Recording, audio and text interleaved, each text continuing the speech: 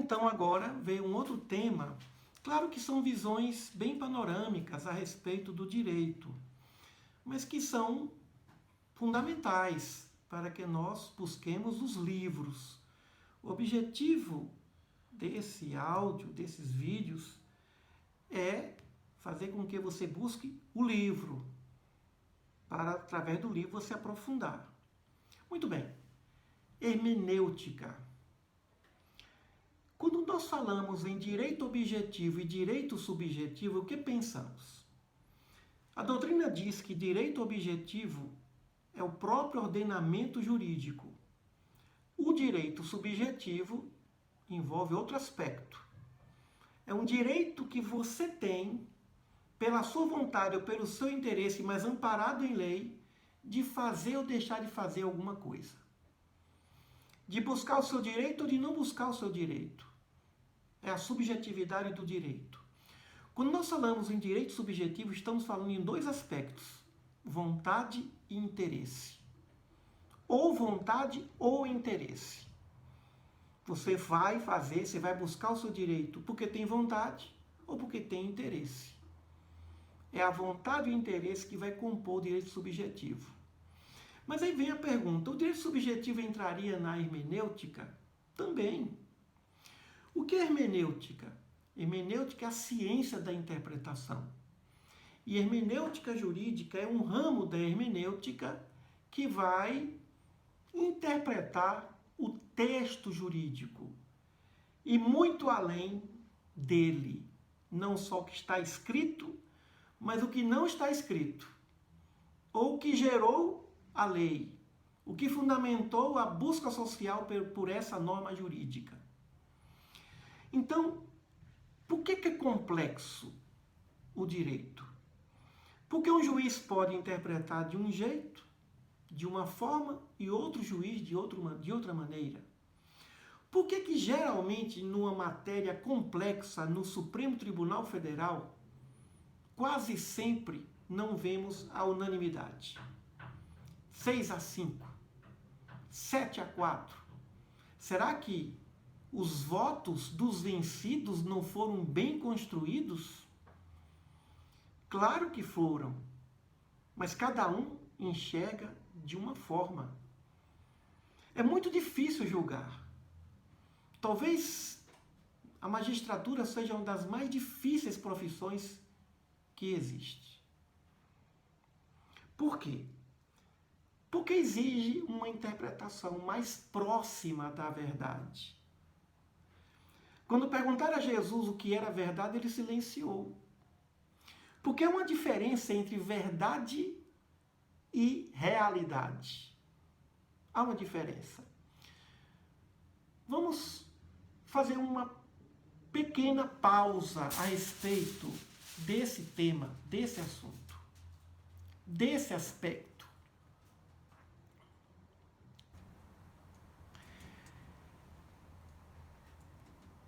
A verdade, ela existe. Mas não se pode confundir verdade com realidade. A realidade, A beija B, mas está representando, está fazendo um filme, fazendo uma novela. A realidade é o beijo e a verdade estão representando. Nem sempre a verdade é a realidade.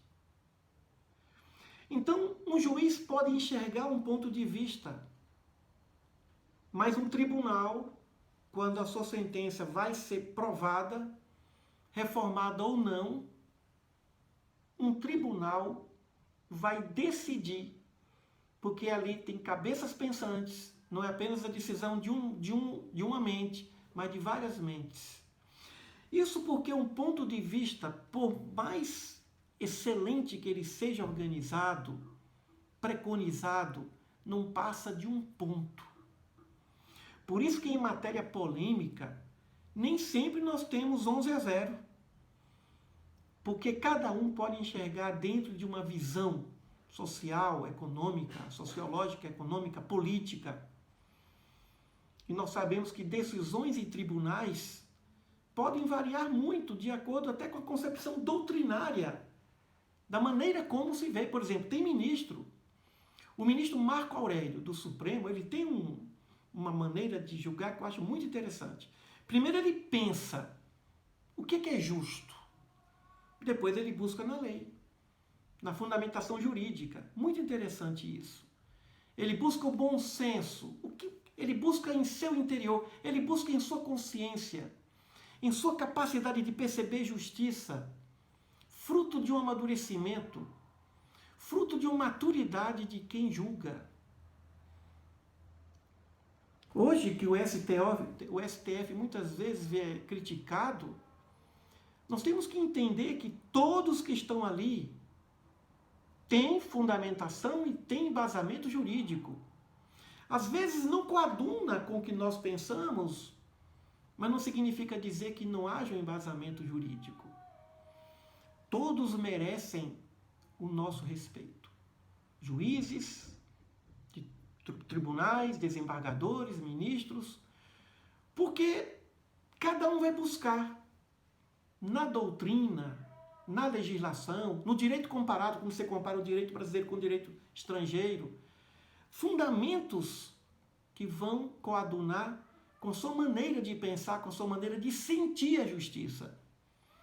A justiça não pode ser apenas pensada, ela tem que ser sentida. Aí vem a fundamentação social que eu falei a respeito da petição. Então existem vários tipos de interpretações que vão fazer a diferença do julgado, do julgamento.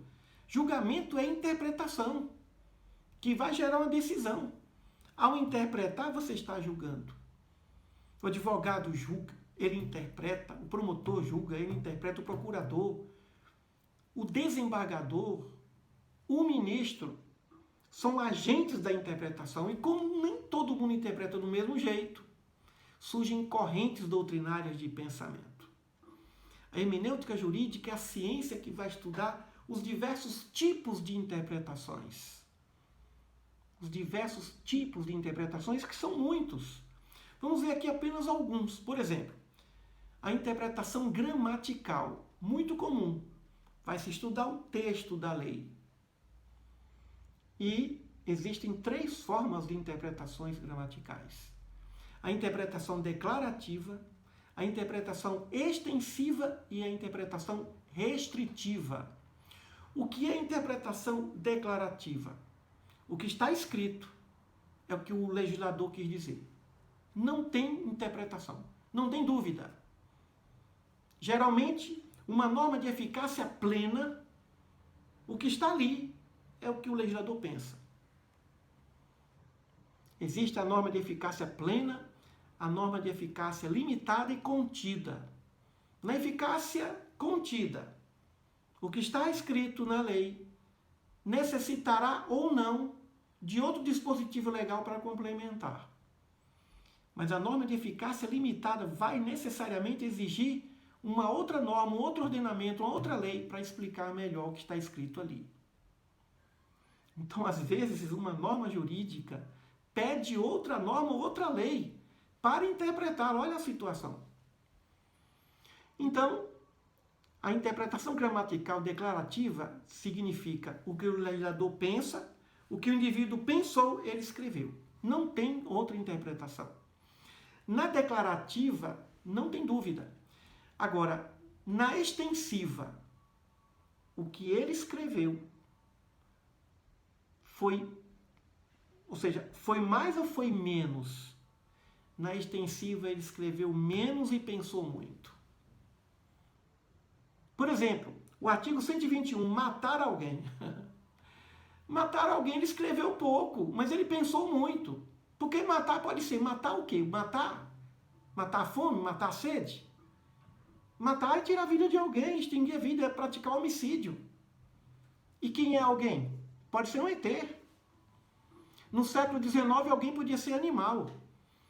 O professor Guilherme Nutti, na sua fantástica obra Código Penal Comentado, ele diz na sua introdução: os animais eram julgados e condenados. Um galo foi condenado porque picou o olho de uma criança. O papagaio foi condenado à morte porque deu vivas ao rei depois de uma revolução.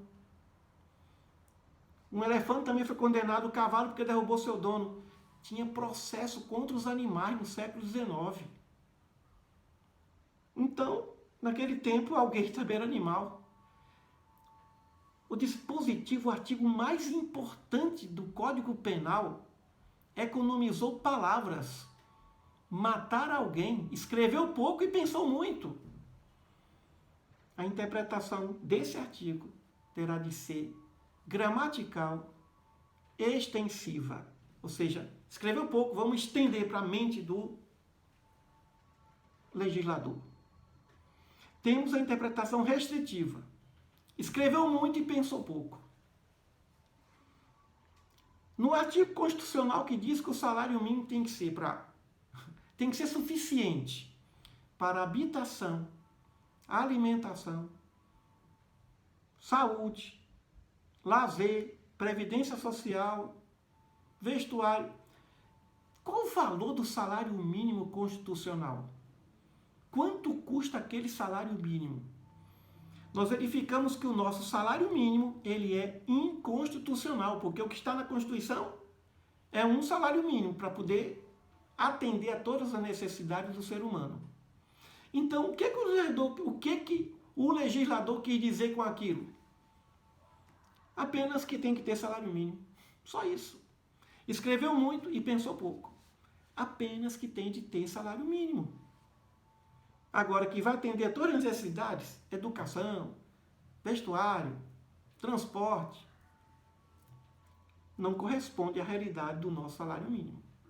Então, existem normas que vão exigir interpretação restritiva, quando se escreve muito e pensa pouco. A interpretação gramatical se trata do texto da lei, do texto que está lendo, da doutrina, do texto que está se analisando e interpretando. Temos também outro tipo de interpretação, que é a interpretação genética. É aquela que o indivíduo vai na origem da lei, desde o tempo do projeto, desde o clamor popular. Para se entender bem uma lei, um dispositivo legal, tem que se buscar a origem. Quem foi o deputado, quem foi o legislador, o senador que propôs, o vereador que propôs essa norma? E por que propôs? Qual foi a realidade social, histórica daquele momento? A origem. Quando nós entendemos a origem, fica muito fácil nós entendermos certas coisas. Um serial killer, por exemplo, matou lá uma quantidade imensa de pessoas e não tem remorso. Aí, o que o advogado faz, o criminalista? Ele vai buscar a origem. Como é que isso começou? E vai na infância. Aí vai dar, foi vítima, a mãe torturava pela manhã, à tarde e à noite. Criança torturada por mãe. Já aconteceu isso. Então, para entender o porquê que o indivíduo faz uma coisa no presente, tem que ir na origem, no passado.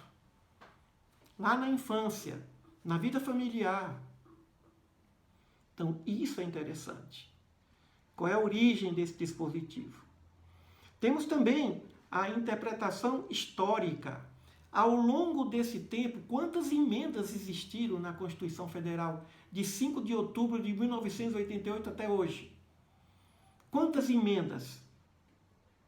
As razões dessas emendas, a história da lei ao longo do tempo. Quando a gente fala em história, estamos falando em acontecimentos ao longo do tempo.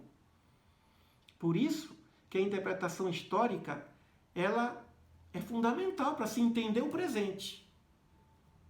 Olha, essa lei existe aqui porque isso aqui veio. Será que a nossa Constituição atual é a mesma de 88? Claro que não. Foram várias emendas, mais de 100 emendas.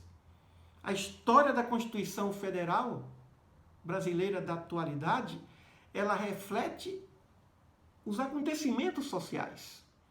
Claro que para existir uma Constituição tem que ter uma grande movimentação social. Um grande acontecimento social gera uma Constituição Federal, evidente. Mas essa Constituição, ou qualquer norma jurídica, ela passa por uma história. Por isso, a interpretação histórica, ela vai verificar o que ocorreu na legislação, o que ocorreu com aquele autor, o que ocorreu com aquela pessoa ao longo do tempo. Ó, fulano não era assim, mas de repente aconteceu isso, aconteceu aquilo. Essa análise é interpretação de natureza histórica. Temos a interpretação evolutiva.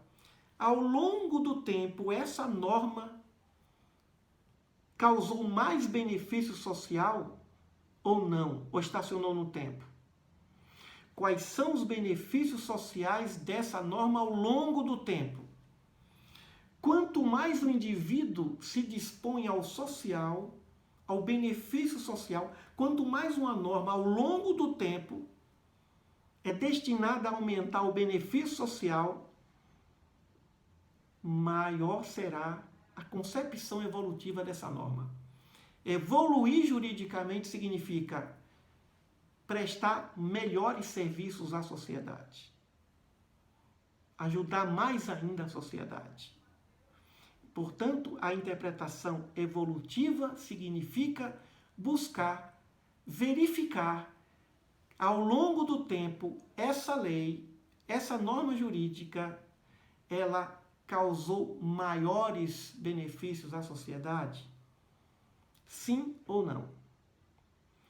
Então, nós temos aí a interpretação genética, temos a interpretação evolutiva e a interpretação histórica, que compõem, são três aspectos interessantes.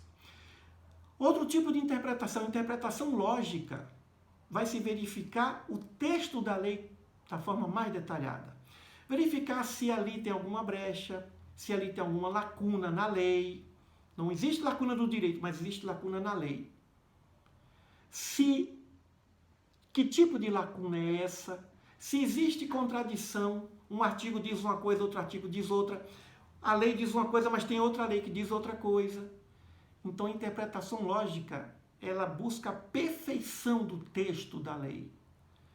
O advogado, o jurista, o doutrinador, o juiz, promotor, eles buscam, estudam a lei, verificando, por exemplo, o que não é proibido é permitido. Quem é que diz isso? É a interpretação lógica.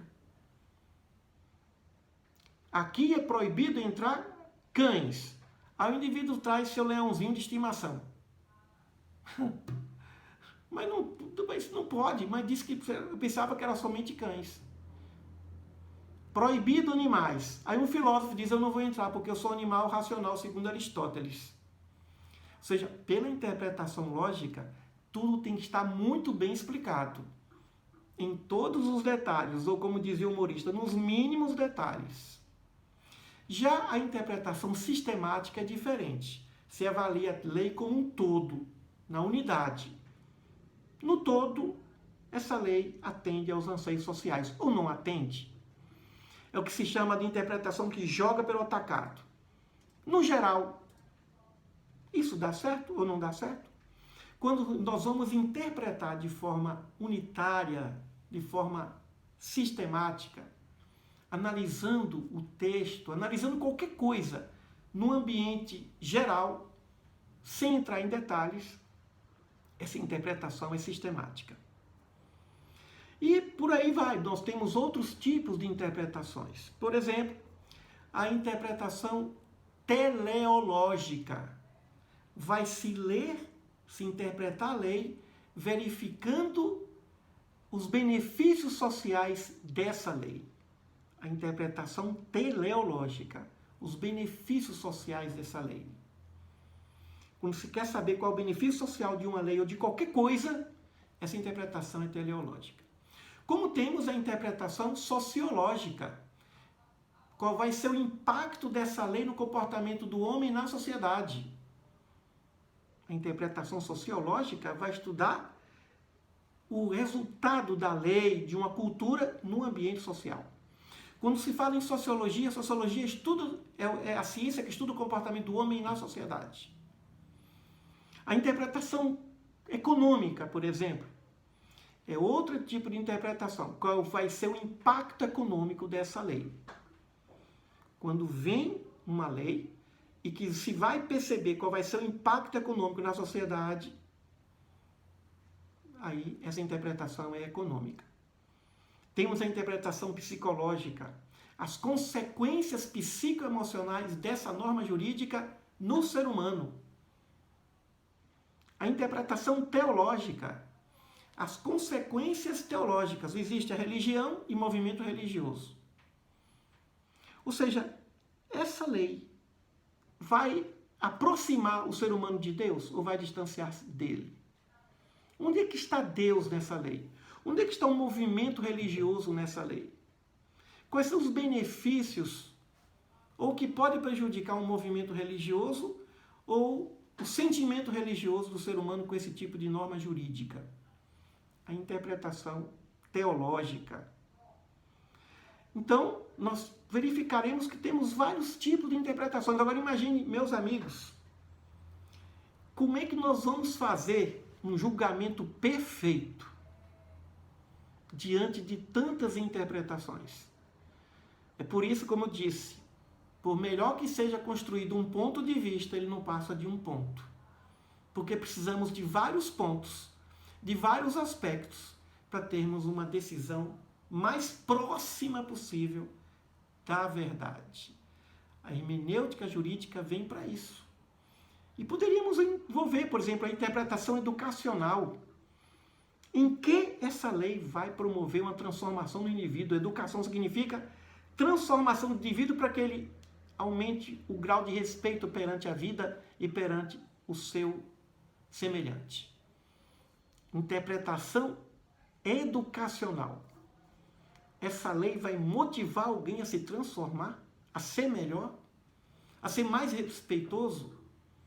Sim ou não? É a interpretação educacional. Então, existem vários tipos de interpretações que a hermenêutica jurídica nos faculta com o objetivo de nos aproximarmos de uma verdade. É como já dizia o filósofo, toda moeda tem 3 lados. O lado do cara da coroa e o lado da verdade.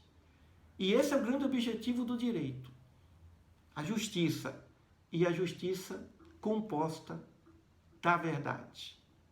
E a verdade buscada por meio das interpretações na área jurídica.